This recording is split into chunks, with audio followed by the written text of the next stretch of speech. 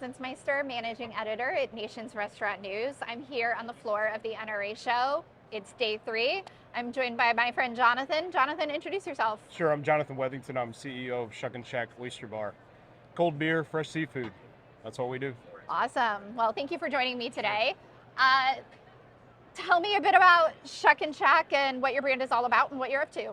I think my less than 10-second pitch is cold beer, fresh seafood. Love that. We like for people to hang out, have a good time in our restaurants, really after an authentic coastal experience. And so full service, full bar, and good times. We believe that restaurants are, we serve a product, but the most important aspect is the people within the restaurant. And that's why we have a really, really loyal, rabid following, cult-like following across our board, because people want to talk to other people and they like coming in our restaurants and doing exactly that. Very cool. Yeah. So at a show like this, what are you looking at? What are you looking for? What brings you here? I mean, I'm kind of like a raccoon looking at tinfoil and like trying to grab every little shiny object around. I'm really looking at everything. I think what we're primarily concerned with is improving upon what we're already doing. And we know that we can do 3 things exceptionally well, and that's the food that we're serving, the beverage we're serving, and the hospitality that we're giving people that walk in through our doors. So I'm less interested in all the technological components. I'm less interested in anything that's going to take the attention of our customer away from the experience. I'm most interested in the things that can add to that experience. Yeah. So that's what I'm after. Yeah. A lot of people that I've been having these conversations with, I ask what they're looking at, and they are all talking about the tech pavilion and the technology that's here. And we were chatting earlier, and you are the exact opposite of that. Tell me about this. I'm pretty anti-tech, Yes. low tech. If there is such thing as a no adopter, I'm a no adopter. All right. And I just believe at the core of everything, when people dine out, what they're seeking is an experience. They're not necessarily seeking the same thing that they can get at home, which is a multitude of different size screens, right? You got your TV screen, your computer screen, your tablet, your cell phone, your watch screen now, anything you want. And then you get in your car and there's another screen. So what we're after is when people go into our restaurants, they can get great food, great beverage, and great service. And we're trying to eliminate this draw into other portions. We want to focus our customers on that experience. So I would consider myself pretty anti-tech on that And side. it sounds like that's working for you. You're not... It does work. I think the overwhelming feedback from our customer base has been that it's kind of a blast from the past. It's an authentic experience like you might feel, like you might have felt 10, 15, 20 years ago. That's exactly why we've done well and why we'll continue to do well. Interesting. Yeah. So did you do like QR codes or anything during the pandemic? Or just... Out of force, yes. We did do QR codes. Did it have a choice? No, we didn't. We understand the need for those things. I think that as long as it adds to that experience, does the customer feel like they're getting things in a timely manner? Do they feel like they can make those decisions unhindered by whatever's going on in the restaurant? There's not a screen here or a screen there. Yeah. Take a picture of this or share a selfie or do a hashtag or whatever it may be. As long as they can do those things, we're happy to implement those small technological pieces. I'm just a believer that tech should be not seen by the customer base. I think it should be something that if you're using in the back of the house, which is exactly what we do, and that's fine, but it's not customer facing. Makes sense to me. I assume, again, when you had that you had a pretty robust off-premises business, delivery, carry-out? Almost none. Almost none.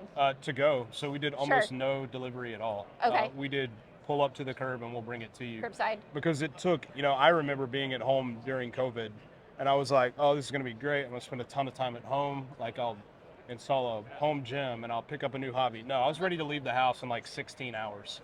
So like for me, and I think the rest of our customer base, we doubled down on the idea that we believe they would also be ready to leave the house. Sure. And if you remember back, one of the vital reasons you could leave home was for food. Yeah. And so we doubled down on our marketing efforts. We didn't waste a whole lot of time with delivery. Seafood, number one, doesn't travel all that well from a delivery standpoint.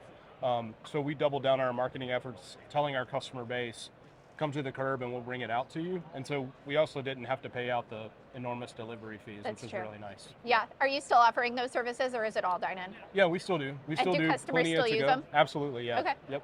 Very And you actually have to pick up a phone and call, which is even more of a foreign Wow, concept. very Yeah, anti-sex. so no online ordering at all.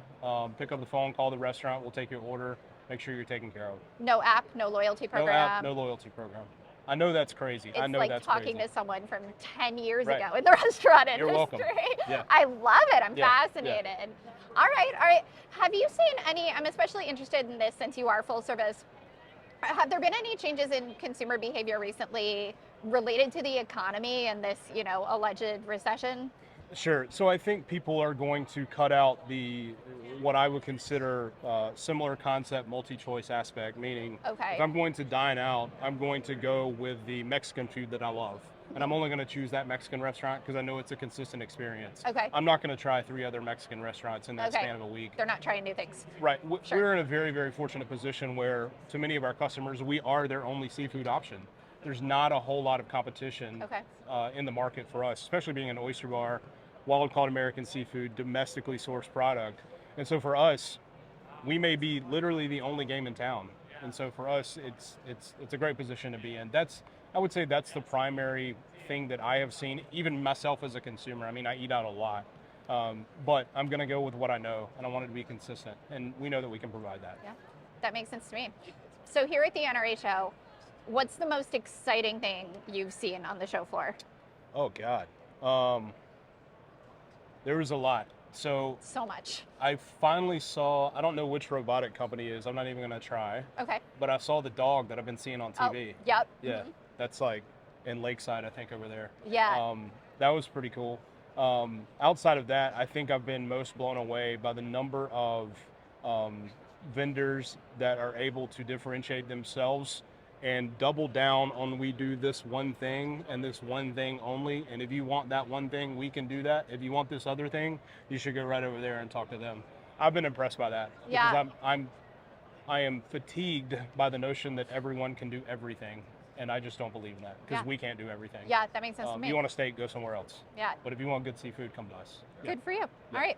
And then, even aside from the show, what's exciting you about the restaurant industry right now? You know, it's one of the few, what has always excited me about the restaurant industry is that we go 365 days a year. It takes a special person. It takes a certain grit aspect in this industry. And I am consistently amazed by the grit aspect that is maintained even post-COVID. You know, we saw this kind of, the Great Recession, right? We saw a lot of people leave our industry. We saw the industry retract significantly, but I'm consistently amazed and impressed by the operators especially. The operators, that's why we get up in the morning. I mean, because we get to see them operate their own locations and push through when no one else expects them to push through. That's why I get excited. Yep, makes sense to me. Yeah. Anything else you think my audience should know? Look us up. All right. Thank you so much for your time today, Jonathan. Sure, thank you.